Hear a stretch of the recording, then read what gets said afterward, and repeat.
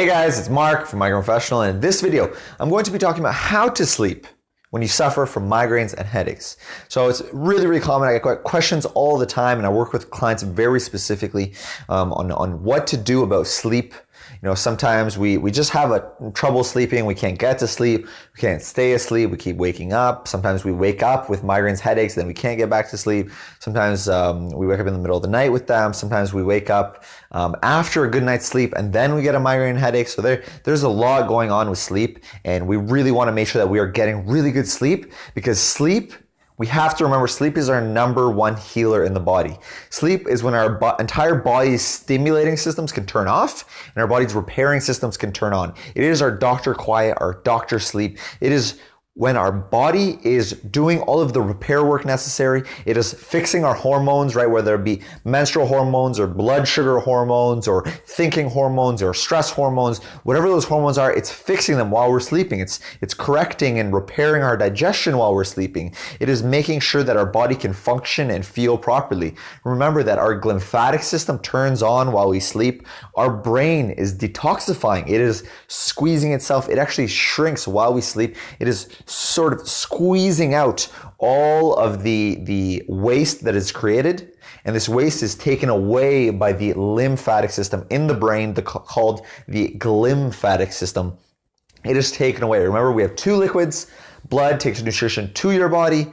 The lymphatic system takes waste away from your body. So we want to make sure that we are getting proper sleep so that our brain is detoxifying, our body is getting rejuvenated, that we are waking up refreshed. If we are not waking up refreshed, we are not getting good sleep. Something is wrong. We need to fix something. And it's really common when I'm working with clients that we have to fix sleep, because sleep is a master regulator of the immune system. Remember, if you're getting food sensitivities, if you have infections, things like you have problems with mold or Lyme or mercury, any kinds of toxicity or poisoning, or you have liver issues or adrenal issues, you have digestive issues, you have to make sure that you're getting sleep.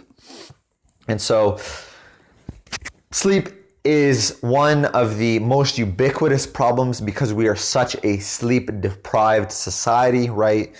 The way that our culture has kind of advanced in the last 100 years or so, we have started to prioritize productivity over actually making sure that we are healthy and happy and getting what we need to be healthy and happy, and then making sure that productivity is just a byproduct of that. So we have really started to take productivity and put that on a pedestal, and this has caused us to sacrifice our sleep. So we are one of the most sleep deprived societies in the history of society. So there are a couple things we're going to cover. We're going to go into them in some depth. The first one is logging.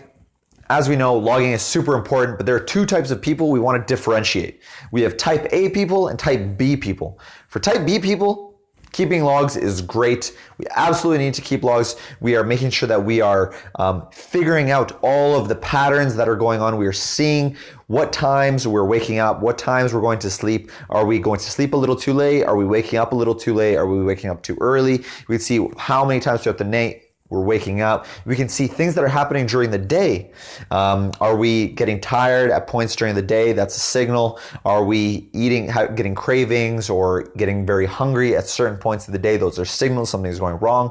We want to make sure that we are keeping a log so we can track these patterns, right? It may not be apparent today or tomorrow, but keeping a log over days and weeks can really help us to determine our patterns and what is happening, that we can start to get specific changes on. Because a lot of things we can't just fix as a broad general, right? We need specifics. We need specific problems that we need to be addressed, right? If we are waking up at 3 a.m. every night on the clock, we want to make sure that we are addressing that very specifically. There's specific things we can do for that. So keeping log, make sure that we can kind of track ourselves, because you know, if you've been to your doctor, you've taken the medications, and like the last thing we want to do is be stuck on the medication merry-go-round. We want to make sure that we're addressing root causes. If you've talked to your doctor and you've gotten medications and you're still suffering, the problem hasn't been fixed, you need to take a little bit more of a role. You need to get more involved in your own life and start to kind of take a chaperoning role and start to track some of these things and start to understand what is going on in your body, what is going on in your brain, because then once you have kind of these patterns mapped out, you can have people really help you and determine, you just need this, you need to do this, or you need to take this, and you'll feel much better. You'll be able to get to back to a normal sleep pattern.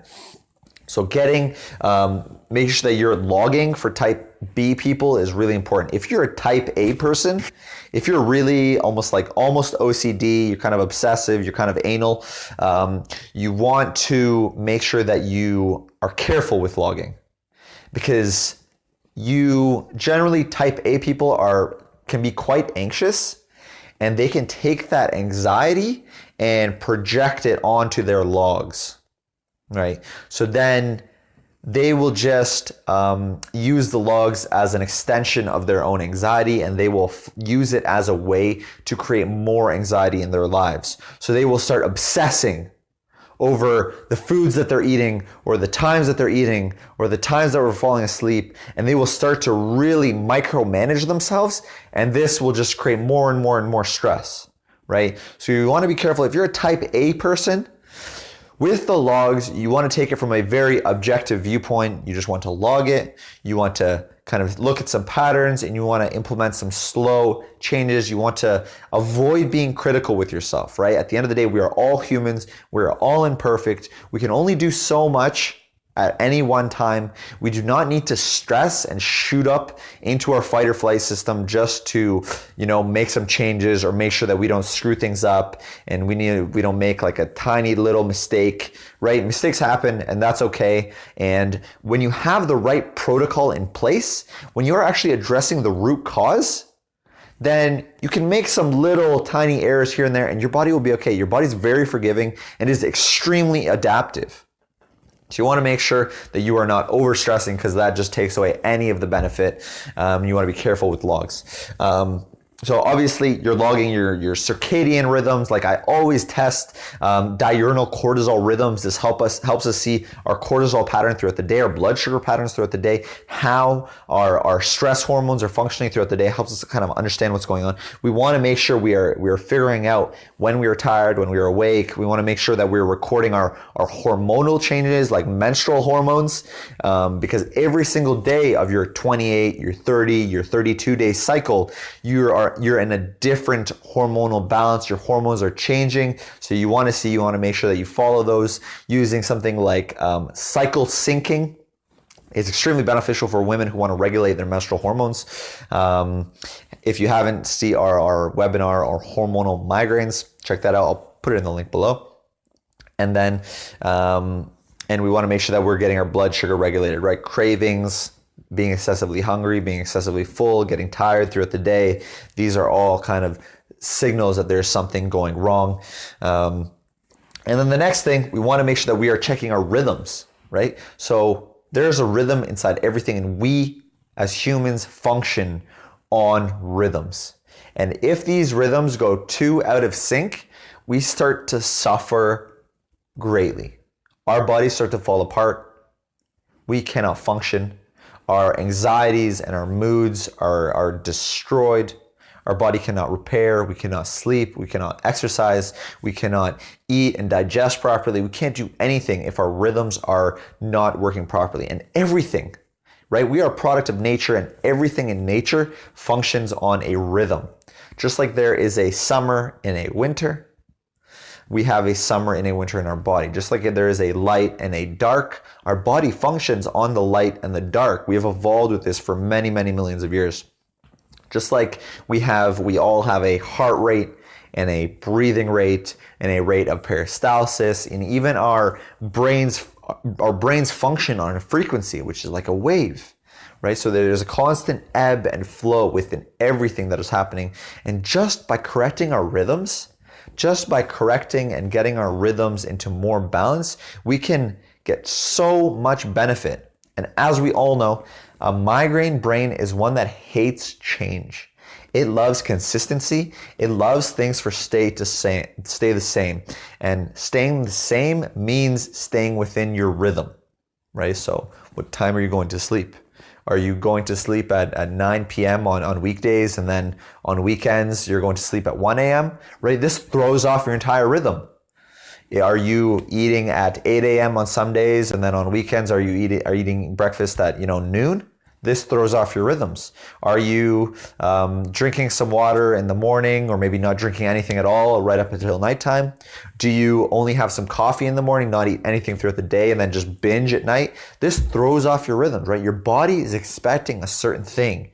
Your genes are programmed to expect a certain thing. So the closer that you can give it that, the better your body function, and it does so well with really good consistency, and logs really help us to kind of understand what is happening with our body. Then, of course, stimulants.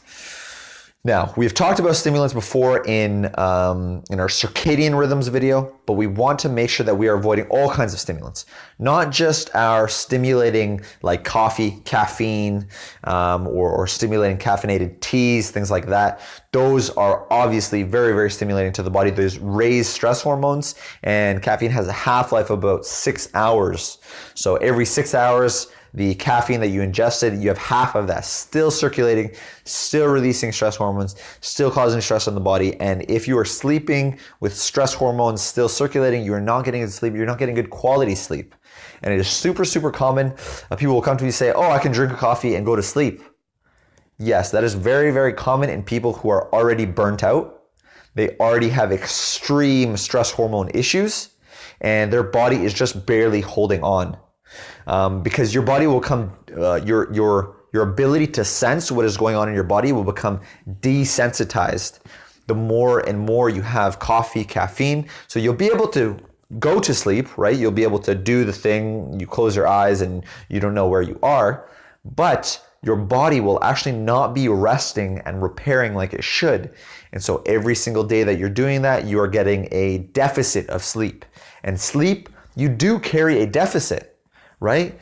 Just talk to someone who has only been sleeping 5-6 hours for 10 years. They might say they're fine because they are desensitized to what is going on in their body. But as soon as they start getting 8 to 10 hours of sleep, their body will start to drop. Often they'll become depressed, because if you start to switch to enough sleep, your body will start realizing, oh no, there's so much debt here. I need to recover. I need this to heal, but there's a bit of a balance out here. So you want to make sure that you're listening to how the person is functioning as opposed to what they're saying, because there is a big disconnect between what our body is saying and how we are feeling in many, many cases. We can feel completely fine right up until we get a cold or a flu, but often people who get colds or flus are very compromised already. So we want to be careful. We want to kind of differentiate and see all of the little things that start happening, right? People start losing their eyebrows, their hair starts falling apart very slowly. Even they start to get lots of cravings. They start to love carbohydrates a little too much. They start to stay up really, really late. They start needing less sleep. They can only need 5-6 hours and they can be fine. But that's, a big signal that your body is not repairing properly, and you are starting to run such a big deficit. Your body is becoming scared. It is going into that fight or flight state chronically, and it is staying there, and it's not allowing you to rest and repair. And that might be why you have headaches and migraines, right? So then stimulants, all kinds of stimulants, not just coffee, not just caffeine. We want to make sure that we're avoiding things like sugars and candy and cookies and all of these really quick carbohydrates, these simple carbohydrates, because they wind our body up.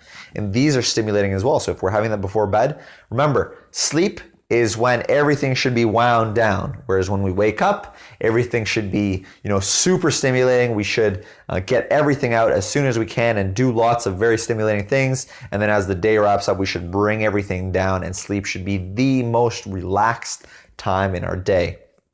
So we want to make sure that we are avoiding stimulants, right? Exercise too close before sleep. We're avoiding the candies and sugars before bed. We're avoiding simple carbohydrates that don't help our blood sugar last throughout the entire night. So we're eating more log foods like proteins and fats. And we want to make sure that we are also avoiding blue light, screens, lights, and electricity for some people that are super sensitive. So we all know blue light from screens, TVs, computers, cell phones. Those are very disrupting to the body. They change the body's circadian rhythms. They trick your body into thinking that it's still daytime when it's nighttime and your body should be winding down. So this starts to release stress hormones in the body. This prevents you from falling asleep, right? Our stress hormone should be at its lowest point before we go to sleep so we can get a restful, repairing sleep. Same with lights. If we're using fluorescent lighting or full spectrum lighting, that tricks our body into thinking it's daytime, right? Our body is run on very primal mechanisms, and the closer that we can get with those primal mechanisms with how we evolved, the better our body does. Then we also want to make sure for some people are very, very sensitive with electronics and with grounding. So as we know, lots of studies have now come out on the massive antioxidant supply of the earth and how our connection with us actually touching the earth, it acts as a exogenous antioxidant supply for the body, because the body is like a battery. It starts to hold a charge, and when we can touch the earth or ground to something, like the earth most commonly, that's what we've evolved with for millions of years. This actually releases a lot of tension in the body, a lot of stress in the body, and it lowers inflammation. Like we know professional cyclists will have to ground to help them recover and repair. Some people will use grounding mats or grounding mats under their bed while they sleep, and it gives them an amazing sleep. It's amazing what a grounding mat can do to really help bring down all that inflammation in the body. And then we want to make sure that we are some people are very sensitive, especially once they've become chronic. They can become very, very sensitive to electronics. So we want to make sure that we are avoiding all electronics in the bedroom, near the bed, right? Your phone is out of the room, even airplane mode. Wi-Fi needs to be off for some people. Some people need to flip off the breaker on the outlets in their room because it is too much. Because the more and more your body breaks down, the farther you get into, the less you allow your body to repair, the more your body will become chronic. The more your body will become chronic, the less it can deal with all of these little stressors, and the more sensitive you will become. That's why a lot of people with chronic migraines, they become very sensitive to the weather, to lighting, to smells, things like that. Smells were a big one for me. Lighting would just absolutely kill me when I had really bad headaches and migraines. Stimulants, and then routine, right? Like we know, the body loves its routine, its consistency, its rhythms. But we want to make sure that we develop a nighttime routine, right? Nighttime isn't the time for us to go and work out. It's not the time for us to get some extra work done, answer some emails, or watch a super exhilarating show or movie right before bed, right? We want to allow ourselves some time to recover, to rest, to wind down, to bring everything down to a close, to help wrap up our day, and to help kind of wind us down and relax us so that we can enter into sleep properly, so that there's nothing kind of left undone. And this, giving this extra time for our body to wind down is a big part of self-care, right? You are worth it. You are worth the little bit of time. It doesn't take a lot of time to do self-care, but you are definitely worth that little bit of time that it requires for self-care, for you to take care of yourself and be there for yourself and help yourself wind down all of those thoughts that have kind of opened up like browser tabs throughout your day. You can close those down. You can bring your day to a close. You can answer those questions. You can really do a big part in making sure that your body is calm, cool, collected, and develop some kind of nighttime routine, right? Some people like to take a bath. Some people like to take a nice hot shower. Some people like to do some essential oils. Some people like to put some essential oils in their diffuser. Some people like to read a relaxing book. Some people like to have a massage or sex. Sex is a great way of winding down, as long as it's not acrobatic or something like that really gets you going. But some kind of sex is also a great way to release endorphins, release opioids that help down regulate the immune system, right? Like we know, social interactions also release endorphins, and they down regulate the immune system. They release opioids which help the immune system regulate itself, and this can really help with food sensitivities, viral infections, mold, Lyme, things like that. Bacterial infections. We want to make sure that we're getting that kind of stimulation so that our immune system is healthy and regulated. And then, of course, posture. When we're sleeping, we want to make sure that we have good posture. Otherwise, we are like, right, we're spending 8-10 hours a day sleeping. If we are in a bad posture that is putting tension on our musculature, this affects our organs. This affects our nervous system. This affects our hormonal system. So we want to make sure that we are taking the tension off our hips. We're taking the tension off our back. We're taking the tension off our neck and shoulders. We have the right pillow. We have the right mattress. If you guys haven't seen our article on how to sleep when you have migraines and headaches, I'm going to link to it in the article below. And there's a mattress quiz to help you kind of understand what is the best mattress for you and how to kind of figure that out and what you should be using to really help you sleep, take that tension off your neck, off your back, off your hips, off your knees. That's a big part. You can walk around with this tension created during sleep all day. And like we know, back problems are almost ubiquitous. So we want to make sure that we're taking care of that. We're taking that stress off the body where we can. And so I'm going to link to the article on how to sleep when you suffer from migraines and headaches. There's a posture quiz in there. There's a ton of information in there on specific applicable things that you can do and use to help you support your sleep. And let me know what happens in your sleep. Are you wake up in the middle of the night? Do you wake up, at the end of your sleep with a migraine? Are you just not waking up refreshed? Do you have a tough time falling asleep? And what helps you with sleep? What has been the most helpful tool that you have found for your sleep, right? Some people love taking some magnesium. Some people can't take magnesium, but an Epsom salt bath will really get the magnesium through their skin and into their body. That will help them sleep. So let me know in the comments below. Thanks. Hey, it's Mark from migraineprofessional.com. Thank you for watching this video. Make sure to subscribe in the bottom left corner. And if you want to learn more about migraines and headaches than you've ever known before and understand what causes them, what creates them, and what you can do about them, make sure to go to migraineprofessional.com. Thanks.